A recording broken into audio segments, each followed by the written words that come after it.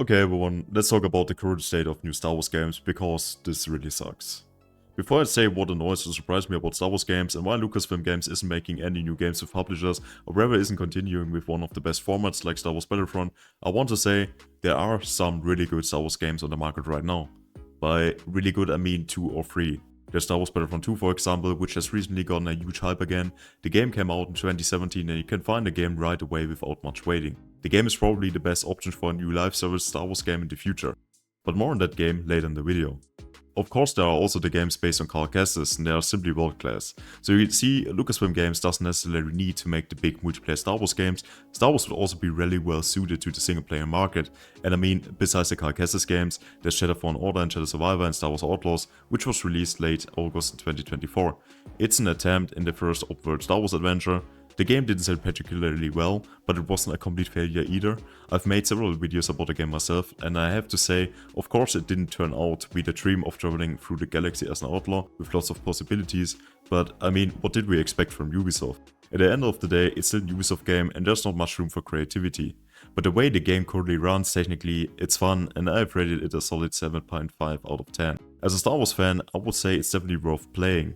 As you can see, games have already been released here and there, especially in collaboration with EA, which were based on an exclusive contract between Disney and EA. But that contract expired a few years ago. So what does the future hold for Star Wars games and why doesn't Disney want to cash in on the video game market, especially in times of new Star Wars series? In the next part I will first outline the status of single player and multiplayer Star Wars games and then give my opinion on the future of Star Wars games.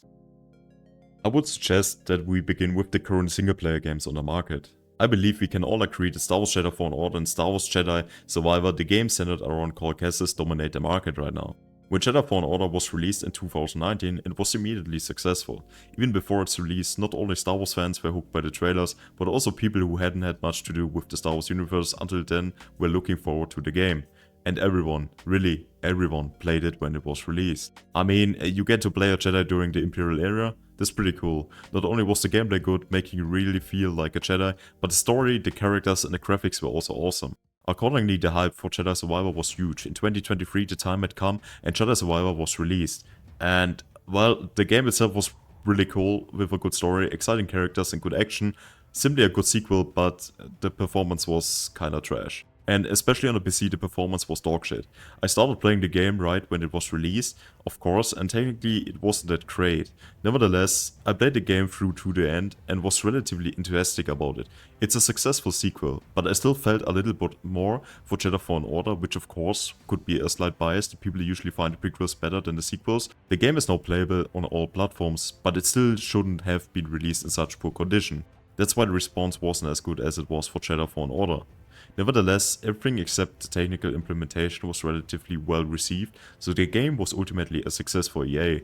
A third and final installment featuring carcasses is set to follow in the next few years, and I'm really excited for that. What came next? Well, then came Star Wars Outlaws. Wait, there was also a mysterious announcement about Star Wars Eclipse. That's an exciting topic actually. When Star Wars Eclipse was announced in 2021 with a really cool trailer, I would say that a good 99% of the people who watched the trailer were hyped about the game.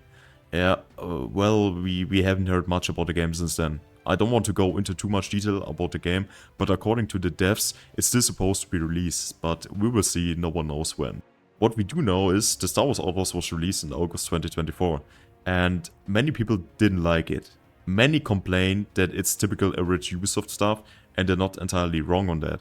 The game wasn't really great in terms of technical implementation at the beginning either. It was technically better than Jedi Survivor at release, but not quite what it should have been. I played through the game right when it was released and found the story itself to be okay to good, but the gameplay was too stealthy and not really good. Especially the combat, but Ubisoft has since improved the combat in the game. The best thing about the game was the graphics and the characters you could encounter in the game world. Jabba the Hutt in Jabba's Palace, Lando and other familiar faces. As a Star Wars fan, I have to say that's pretty cool. But I think everyone will agree with me when I say that there was definitely more potential for the first real Star Wars open world game. I enjoyed the game, but definitely doesn't come close to the Star Wars Jedi games featuring carcasses. Star Wars Outlaws didn't sell very well either, because people just weren't into the game and of course would rather control a Jedi with a lightsaber in a Star Wars game, or at least a really cool outlaw character. Not much has happened in the multiplayer area of Star Wars in recent years, unfortunately. You could really say that Fortnite with its collaborations has provided the most recent content related to Star Wars. Star Wars Hunters, does anyone even know about that? Yes, that was supposed to be a new multiplayer game in the Star Wars galaxy, but it was ultimately discontinued due to too few players. So, are people not interested in a Star Wars multiplayer game by now?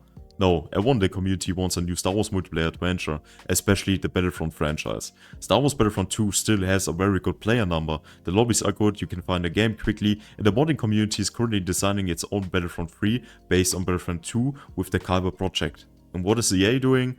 Well, that's another topic. Look, Battlefront 2 had a rough start at the beginning. The game dropped in 2017, was received with a lot of hype at first, until people saw through EA's lootbox mechanics and the audacity behind them. I remember you had to play at least 20 hours or so before you could unlock Darth Vader.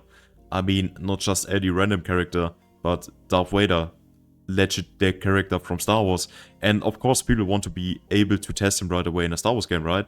Like, when it's released, not pay full price for it and then have to grind away to be able to play Vader. The lootbox issue made the release of Star Wars Battlefront 2 a failure, but the game itself was really good in terms of graphics, performance and content.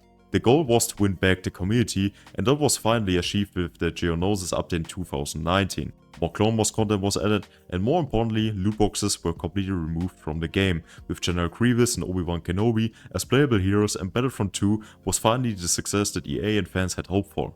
Of course, the game still had its problem here and there, but it was finally a huge Star Wars game that every Star Wars fan played. With each new Star Wars movie, new and current content was added to the game until 2020, when EA suddenly discontinued support for Battlefront 2 because the DICE team was assigned to the new battlefield. In my opinion, and also in the opinion of the community, this was a huge mistake. In 2019, for example, the first season of Mandalorian was released. It was a huge hit for Disney, and fans wanted to play the new hero Mando in a game. Unfortunately, Battlefront 2 did not add Mando to the game via an update, and other characters from subsequent series such as the Bad Batch, Andor and Ahsoka did not make it into the game either because support was discontinued. This is exactly where EA made a huge miscalculation. Battlefront 2 could have been so much bigger with current updates to series and the likes if support hasn't been discontinued. And today, if you want the ultimate Star Wars multiplayer experience today, you really have to play Star Wars Battlefront 2. And as I said, the lobbies are still full, the game is a lot of fun, and it's still one of my favorite games right now. But the new content is missing. What if we had Battlefront 3 or active updates for Battlefront 2? That's exactly what the community needs, and whoever releases a Star Wars multiplayer game like Star Wars Battlefront with current content will make a fortune. So what do I want exactly? We need more Star Wars games. Star Wars is a huge franchise and there are simply too few great games based on it. It's lagging far behind its potential in the gaming sector. Sure, franchises like Game of Thrones and Lord of the Rings are in the same boat, but Star Wars is in a league of its own. I also believe that many Star Wars games don't have to be the best of the best. No, just awesome characters to play, characters you've always wanted to be yourself. I'm talking about Jedi, Sith, Bounty Hunters, something like that. Add to that a halfway decent story and you've got a hit. That's why the Jedi games around Cal Kestis worked so well. Finally, you could control a Jedi in a semi-open world and write your own story. Star Wars Outlaws wasn't a bad idea in a principle either. Travel the world as an outlaw and have complete freedom to do whatever you want. But the point was the freedom to do a lot. That was only semi-present in Star Wars Outlaws. There are so many new approaches that could be pursued in the single player Star Wars space, especially when I think of cancelled projects like Star Wars 1313. I think there's so much more potential in the Star Wars single player space than just the Star Wars Jedi games and Star Wars Outlaws. A much larger market could be reached with big Star Wars multiplayer games. Star Wars games in the style of Battlefront would always work, simply because people want to be able to play the favorite characters themselves in a Star Wars game. There would still be so much room for content in Battlefront 2. More heroes, more villains, more units, more maps, more game modes. I think there are still so many possibilities just waiting to be implemented. And the best part is that it would be worthwhile for publishers and players alike. People would finally have a Star Wars multiplayer game with live support again, and the development studio would achieve huge financial success with a reasonably well implemented Battlefront 3. There are so many stories from the Star Wars galaxy that could still be told in a video game format. What is your opinion on the subject, and more importantly, do you still actively play Battlefront 2? If not, I can only recommend the game to you. If you're looking for a multiplayer Star Wars game, Battlefront 2 is currently the best Star Wars game on the market. Otherwise, feel free to play the Star Wars Jedi games featuring Cal Kestis, as they tell a great story and you can finally go your own way as a Jedi in a vast galaxy. Thanks for watching and see you guys next time. And remember, may the Force be with you always.